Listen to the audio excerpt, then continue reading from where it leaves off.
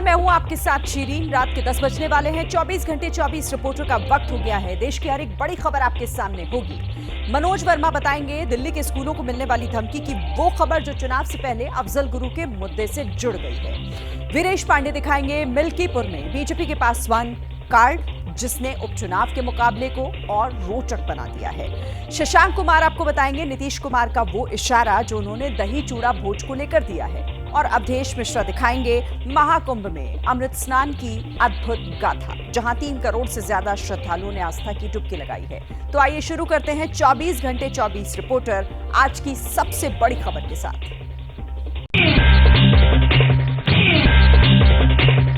दिल्ली के 400 से ज्यादा स्कूलों में फर्जी धमकी वाले मेल पर पुलिस का खुलासा। बच्चे की ओर से फर्जी मेल करके दी गई थी धमकियां। पुलिस का यह भी दावा है कि जिस बच्चे को पकड़ा गया है उसके पिता एक एनजीओ से जुड़े हुए हैं। ये वही एनजीओ है जो संसद हमले के आरोपी अफजल गुरु की फांसी का विरोध कर रहा था। कहीं कोई इसके पीछे किसी पॉलिटिकल पार्टी का सपोर्ट करने वाली एनजीओ का हाथ है। इसके लिए हम पूरे षड्यंत्र की डिजिटल जो है एविडेंस की मदद से जांच कर रहे हैं।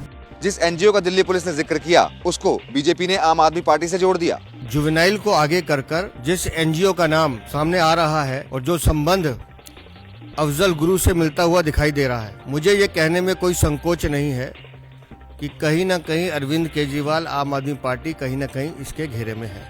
आप छोटे छोटे बच्चों को मिल रही बम की धमकी का राजनीतिक लाभ उठा रहे हो, शर्म नहीं आती?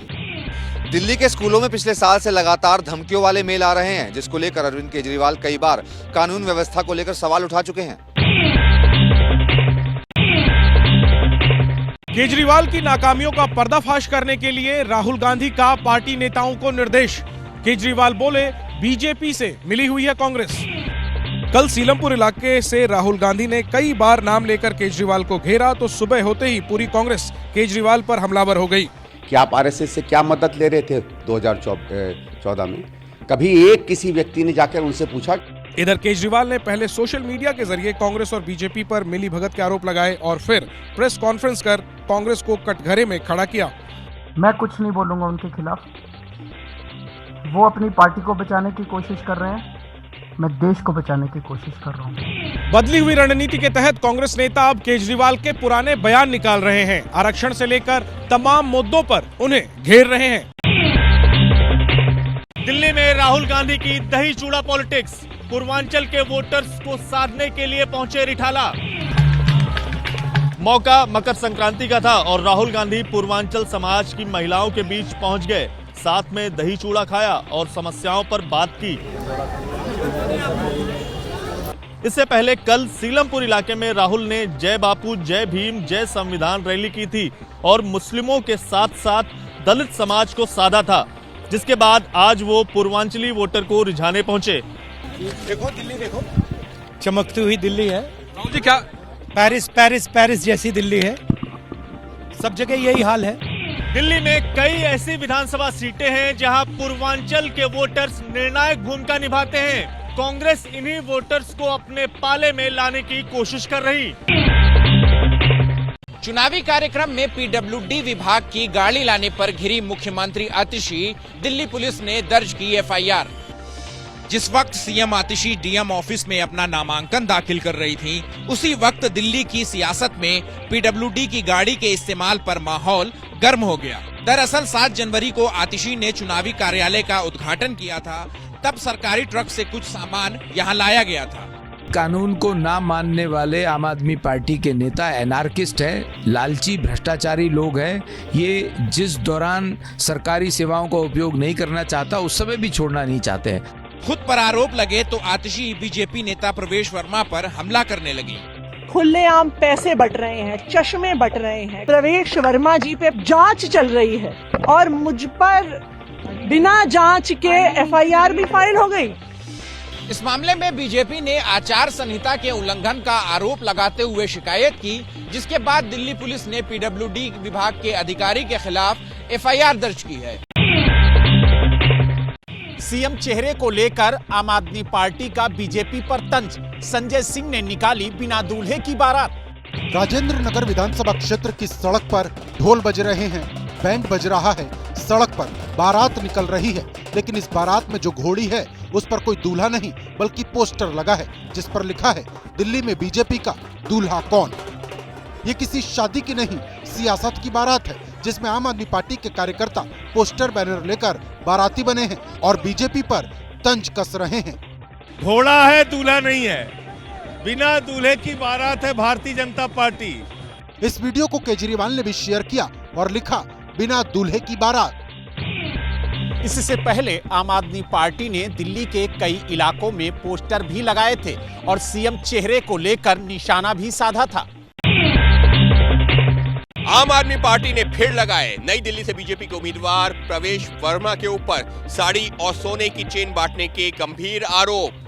पुलिस की कार्रवाई पर भी उठाया सवाल। अरविंद केजरीवाल ने सोशल मीडिया पर लिखा कि बीजेपी के नेता खुलेआम पैसे बांटते हैं, साड़ी, कंबल और सोने की चेन बांटते हैं, फिर भी एफआईआर दर्ज नहीं होती, लेकिन सीएम आतिशी के खिलाफ तुरंत एफआईआर दर्ज हो जाती है। दिल्ली की जनता से अपील करना चाहता हूँ, जो ये बांट रहे हैं सब ले लो, लड़ झगड़ के ले लो, इनके दफ्तरों में जाके ले लो, इनसे लड़ो, लेकिन अपना वोट मत बिकने देना किसी भी हालत के अंदर। इस मामले को लेकर केजरीवाल ने चुनाव आयोग से भी शिकायत की थी, लेकिन जो जांच हुई उसमें किसी भी तरह से नियमों का उल्लंघन नहीं पाया गया। अरविंद केजरीवाल झूठा है। अरविंद केजरीवाल का मेडिकल चेकअप कराना पड़ेगा। मुझे लगता है कि मेंटली डिस्टर्ब हो गया है। चुनाव आयोग ने बताया कि इन आरोपों को लेकर कोई साक्ष्य या गवाह मुहैया नहीं कराया गया, जिसके बाद ये आरोप गलत पाए गए। दिल्ली में वोटरों के वेरिफिकेशन पर गरमाई सियासत, भाजपा ने दिया हिंदू मुसलमान एंगल। वीडियो में दिख रहा है कि चुनाव आयोग की टीम लोगों से नाम पता पूछ रही है, जिस पर लोगों ने भड़कते हुए पूछा कि मंदिर में वेरिफिकेशन क्यों किया जा रहा है। आप क्या चेक करना चाह रहे हैं? 12 जनवरी के इस वीडियो को बीजेपी नेता प्रवेश वर्मा ने सोशल मीडिया पर शेयर किया और आरोप लगा दिया कि केजरीवाल के कहने पर चुनाव आयोग की टीम मंदिरों में जा रही है। केजरीवाल ने इलेक्शन कमीशन में शिकायत करी कि नई दिल्ली विधानसभा के मंदिरों में सारे वोटर्स का वेरिफिकेशन कराएं। अभी तक अरविंद केजरीवाल चुनाव आयोग के ऊपर सवाल उठाते थे, लेकिन अब भाजपा प्रत्याशी भी चुनाव आयोग की भूमिका को कटघरे में खड़ा कर रहे हैं। बिहार में मकर संक्रांति पर दिन भर चली चूड़ा दही पॉलिटिक्स। राबरी आवाज से ज्यादा चिराग की पार्टी के दफ्तर पर टिकी रही निगाहें।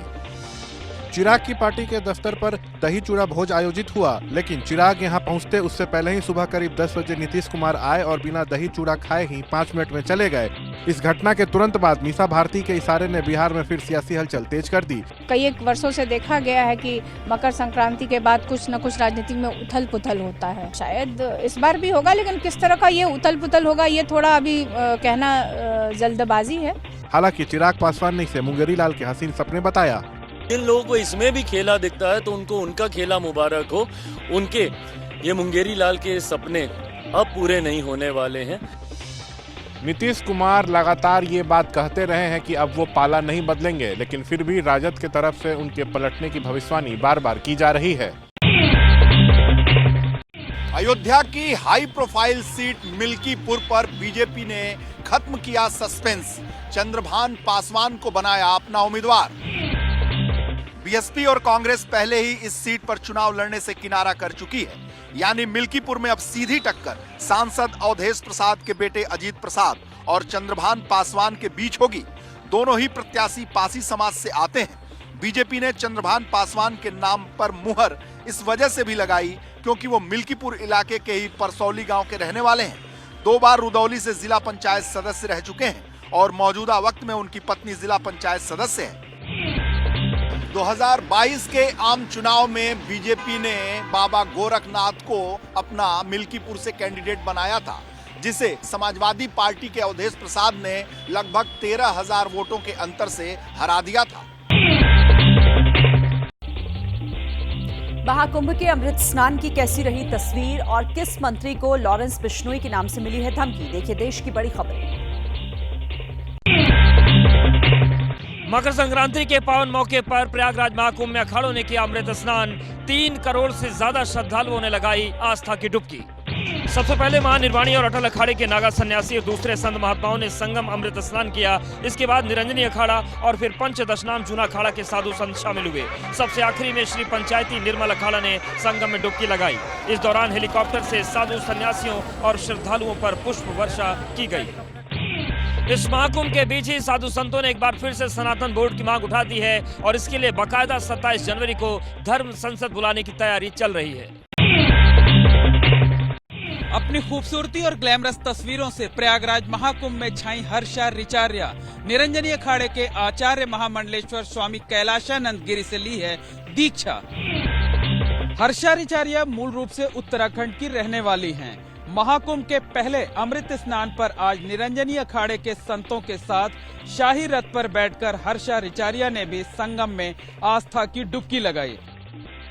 हर्षा पेशे से मॉडलिंग और एंकर रह चुकी हैं। फेसबुक और इंस्टाग्राम समेत कई सोशल मीडिया प्लेटफॉर्म पर उनके पुराने वीडियो अब वायरल हो रहे हैं। मैं ये चीज खुद बोलती हूँ कि मैं एक्टिंग और एंकरिंग फील्ड से आ रही हूँ, तो इसमें प्रॉब्लम क्या है? सबका एक पास्ट, एक पुरानी लाइफ होती है।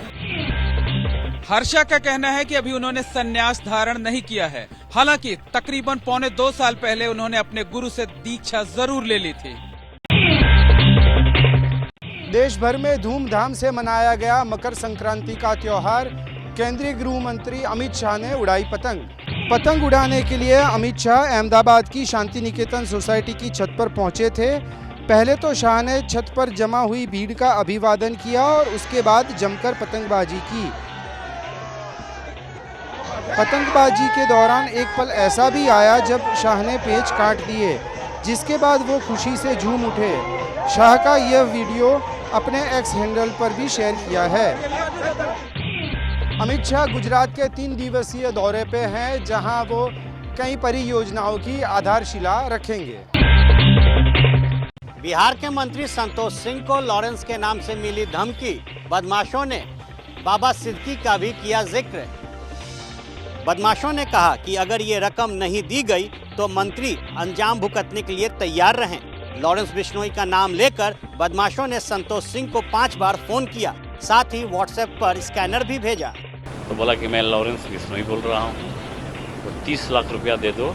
24 घंटा के अंदर अगर पैसा 30 लाख नहीं भिजवाओगे तो अंजाम भुगतने के लिए तैयार रहो। इससे पहले पूर्णिया के सांसद पप्पू यादव को भी लॉरेंस बिश्नोई के नाम से धमकी मिल चुकी है। फिलहाल मंत्री संतोष सिंह ने पुलिस से शिकायत कर दी है। मेटा संस्थापक मार्क जुकरबर्ग के बयान से केंद्र सरकार नाराज। संचार और सूचना प्रौद्योगिकी की संसदीय समिति ने किया तलब। समिति ने जुकरबर्ग की टीम से 20 से 24 जनवरी के बीच पेश होकर अपना पक्ष रखने को कहा है और अपने बयान पर माफी की मांग की है। हम मेटा के लोगों को बुलाएंगे, उनको माफी मांगनी पड़ेगी और नहीं तो उनके ऊपर जो भी कानून सम्मत कार्रवाई होगी वो हमारी कमेटी रिकमेंड करेगी। कल केंद्रीय मंत्री अश्विनी वैष्णव ने भी जुकरबर्ग के बयान को तथ्यात्मक रूप से गलत बताकर खंडन किया था। दरअसल एक पॉडकास्ट में मार्क जुकरबर्ग ने कहा था कि कोरोना महामारी के बाद हुए चुनाव में भारत सहित कई देशों की सरकार गिर गई थी।